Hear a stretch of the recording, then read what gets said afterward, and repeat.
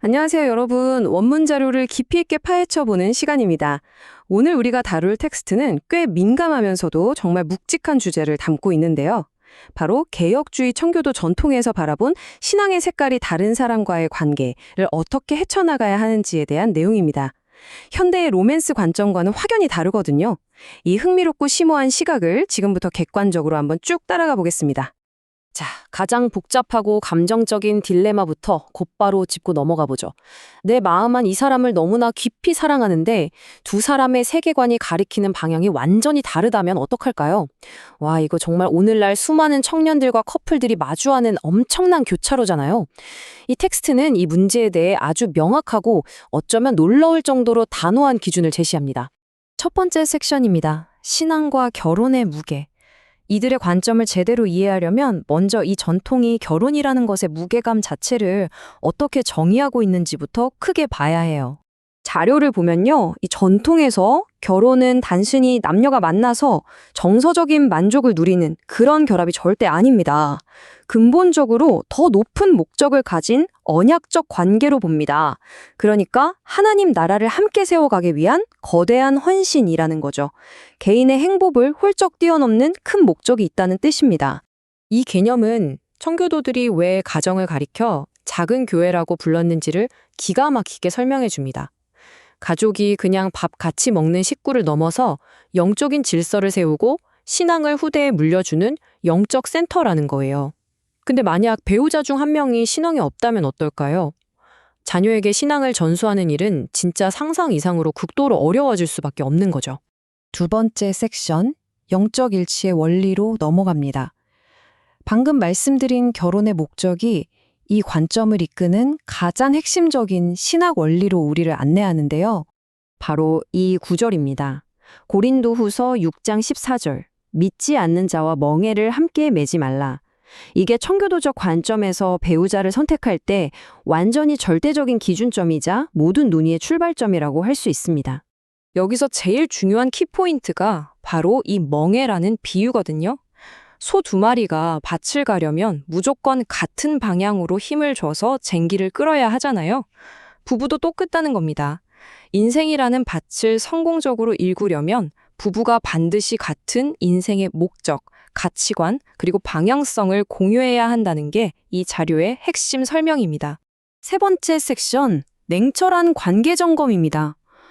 근데 이미 누군가랑 감정적으로 너무 깊이 얽혀버렸다면 어떡하죠? 자료는 무조건 당장 헤어지라고 강요하기보다는 아주 냉정하고 뼈 때리는 현실 점검을 요구합니다. 첫 번째 체크포인트는 상대방의 근본적인 태도입니다. 단순히 그 사람이 지금 당장 교회에 다니고 있냐 아니냐 이게 중요한 게 아니에요. 그보다 훨씬 더 중요한 건 그 사람이 여러분의 신앙에 대해 적대적인가 아니면 존중하면서 배울 수 있도록 열려 있는가 하는 점입니다. 그 다음은 스스로에게 정말 솔직하게 물어봐야 하는데요. 그 사람과 함께 있을 때 내 영성이 더 깊어지나요? 아니면 굳이 갈등 만들기 싫어서 상대방 기분 맞추려고 내 신앙생활을 슬쩍 뒷전으로 미루고 있나요? 현재 관계의 건강 상태를 진단하는 진짜 강력한 질문이죠. 여기서 자료가 던지는 전도에 대한 강력한 경고를 꼭 짚고 넘어가야 합니다. 사랑하는 사람한테 복음 전하는 거 너무 귀한 일이죠. 하지만 그게 결코 결혼의 전제 조건이 돼서는 안 된다고 명확히 선을 긋습니다. 사람의 진짜 마음이 변하는 건 내가 정한 타이밍이 아니라 전적으로 하나님의 주권에 달린 영역이기 때문이죠. 자, 자기 성찰을 넘어 이제 행동으로 옮길 시간입니다. 지금 이 결정을 두고 치열하게 고민하고 계신 분들, 당장 어떤 구체적인 스텝을 밟아야 할까요? 원문 자료는 이 긴장감을 해결해줄 아주 구체적인 프레임워크를 줍니다. 네 번째 섹션, 결정을 위한 실제적 단계입니다. 지금 당장 여러분의 관계에 명확함을 가져다줄 세 가지 단계를 보겠습니다. 자료는 진지하게 결혼을 고민하는 커플들을 위해 명확한 3단계 행동 계획을 제시하는데요. 우선순위 세우기, 공식적인 신앙 교육, 그리고 객관적인 조언 구하기입니다. 하나씩 풀어보죠. 1단계는 진짜 피하고 싶은 그 어려운 대화를 초반에 과감하게 하라는 겁니다. 주일 예배, 11조, 자녀 신앙 교육같이 절대 타협할 수 없는 우선순위를 분명히 소통하세요. 핵심은 상대방이 이걸 강요나 억압으로 느끼게 하는 게 아니라 내 존재 자체의 정체성으로 받아들이고 존중하게 만들어야 한다는 거예요. 2단계는 상대방이 기독교 세계관을 지적으로 또 정서적으로 경험해 볼 수 있는 체계적인 공간을 제공해 주는 겁니다. 교회 새가족반이나 알파코스 같은 데 같이 가보자고 공식적으로 제안해 보세요. 이걸 통해서 상대방이 신앙을 알아가 볼 의지가 진짜로 있는지 가늠해 보는 겁니다. 그리고 3단계, 이거 절대적으로 중요합니다. 사람 마음이 감정에 깊이 빠지면 원래 시야가 좁아지잖아요. 내 감정이 안 속으려면 신뢰할 만한 목사님이나 신앙의 선배들을 찾아가서 우리 관계를 좀 객관적으로 평가해달라고 하세요. 공동체의 냉철한 외부 시선은 이 과정에서 필수적입니다. 마지막 5번째 섹션, 하나님의 주권 신뢰하기입니다.